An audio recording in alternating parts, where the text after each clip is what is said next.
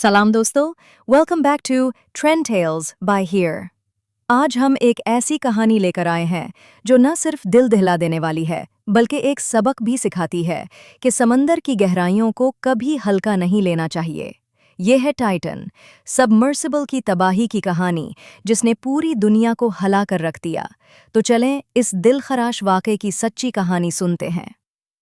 18 जून 2023 को एक छोटी सी सबमर्सिबल जिसे टाइटन कहा जाता था, बहर ओक़यानूस की गहराइयों में टाई टैंक के मलबे तक एक एडवेंचर ट्रिप पर रवाना हुई। ये सबमर्सिबल अमरीकी कंपनी ओशन गेट की मुल्कियत थी और इसे इसके सीईओ स्टॉकटन रश चला रहे थे। इनके साथ 4 दीगर अफराद थे। मशहूर फ्रांसीसी एक्सप्लोरर पॉल हनरी नार्जियोलेट, बरतानवी बिजनेसमैन हमिश हार्डिंग, पाकिस्तानी निजात बरतानवी ताजर शहजादा दाऊद और इनके 19 साला बेटे सुलेमान दाऊद। ये पांचों अफराद एक ऐसी मुहिम जोई पर निकले थे जो इनकी जिंदगी का सबसे यादगार लम्हा बन सकती थी, लेकिन बदकिस्मती से ये उनकी आखिरी मुहिम साबित हुई। टाइटन ने सुबह 10:47 बजे अपनी आखिरी कम्युनिकेशन की, जब ये तकरीबन 3,346 मीटर की गहराई पर थी। इसके बाद अचानक राबता मुनक़ता हो गया और समंदर की सतह पर मौजूद माविन जहाज़ पोलर प्रिंस से एक ज़ोरदार धमाके की आवाज़ सुनी गई।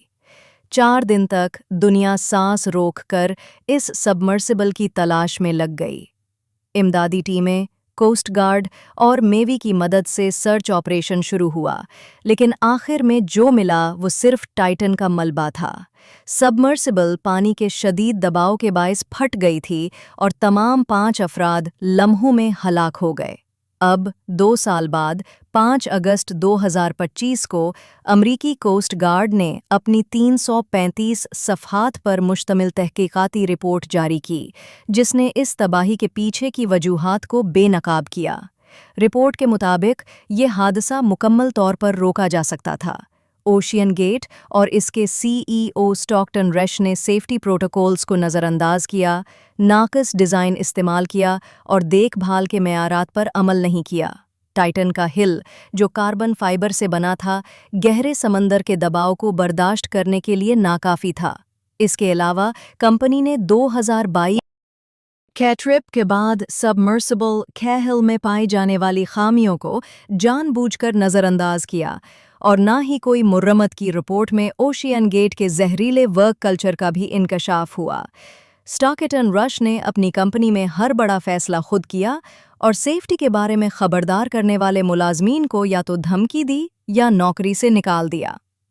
कंपनी ने की वजह से सस्ते मवाद और गैर मियारी तरीक़ों का इस्तेमाल किया, हत्ता कि सबमर्सिबल को कनाडा में सर्दियों के मौसम में खुले आसमान तले छोड़ दिया गया, जिससे उसकी साख्त को मज़ीद नुकसान पहुंचा।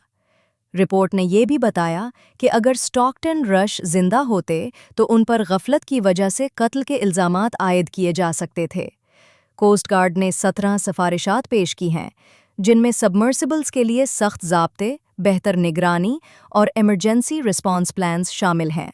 शहजादा और सुलेमान दाऊद के ख़ानदान ने कहा कि कोई रिपोर्ट उनके नुकसान को पूरा नहीं कर सकती, लेकिन वो उम्मीद करते हैं कि इससे मुस्तकबिल में ऐसी तबाही को रोकने के लिए सख्त कवानीन बनाए जाएंगे।